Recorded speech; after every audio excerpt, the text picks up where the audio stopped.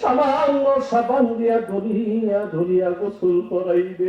এরে মুসলমান, এখনো কি হুশ আসে না? এখনো কি আল্লাহরে চিনতে মনে হয় না? এখনো কি রসুল চিনতে মনে হয় না? আল্লাহরে ডাক দাও, আল্লাহ এমন ভাবে মৃত্যু দিও যে মৃত্যুটা মরণের সাথে সাথে কবরটা জান্নাতের বাগান হয়। জোরে বলেন আমিন। আমার ভাইয়েরা রে, আমার বন্ধুরা,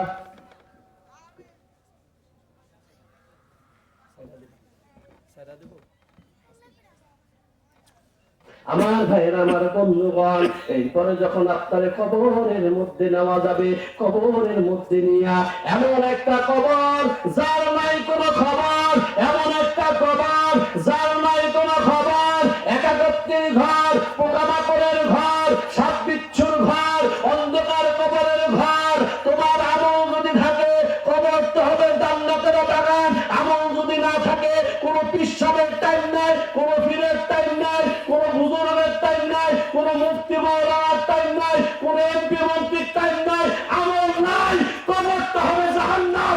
আমল আছে, কবরটা হবে জান্নাত। সুবহানাল্লাহ। আমার আমল ঠিক, আমার কবর ঠিক, আমার আমল ঠিক নাই, পিসাব আবার নিতে পারবে না, কথা হয় না।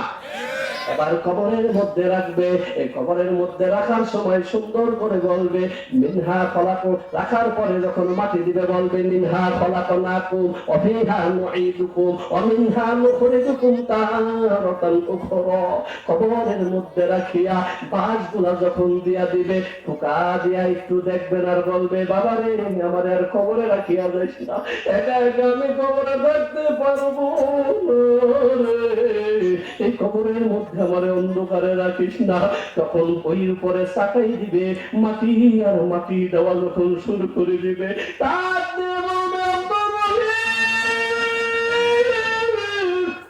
সারা জীবন ঘুষ খাইলাম, সুদ খাইলাম, তোর জন্য বাড়ি ঘর বানাইলাম, এত সুন্দর করে দালান কোঠা বানাইয়া দিলাম, আব্দুর রহিম রে, আজকে আমার এই অন্ধকার কবরের ভিতরে রাখতেছ, বাবারে আমি একা থাকবো কিভাবে, আমার এই জীবন চলবে কিভাবে?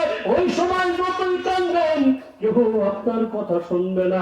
কবরটা দিয়া যখন চলে আসবে 10 থেকে 40 কদম যাওয়ার পরে ওই জায়গার মধ্যে ফেরেশতা আসিয়া বলা শুরু করে দিবে। প্রথম প্রশ্ন হবে মান রব্বুকা, আমাদের রবকে, আমাদের রবকে, আওয়াজ হলো না, আমাদের রবকে। 2 নাম্বার প্রশ্ন ওয়ামান দীনুকা, আমাদের ধর্ম কি? আমাদের ধর্ম কি?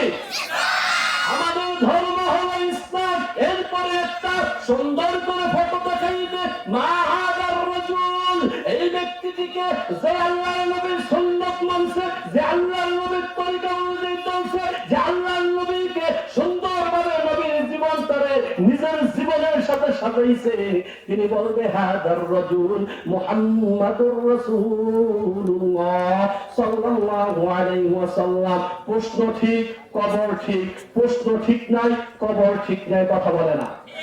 আমার সময় শেষ। ওয়াখির দাওয়ানা আলহামদুলিল্লাহি রাব্বিল আলামিন। আবার যদি কখনো আসি ইনশাআল্লাহ আলোচনা করব। আল্লাহ আমাদের সকলকে কথাগুলা বোঝার, আমল করার তৌফিক দান করুন। ওয়াখির দাওয়ানা আলহামদুলিল্লাহি রাব্বিল আলামিন।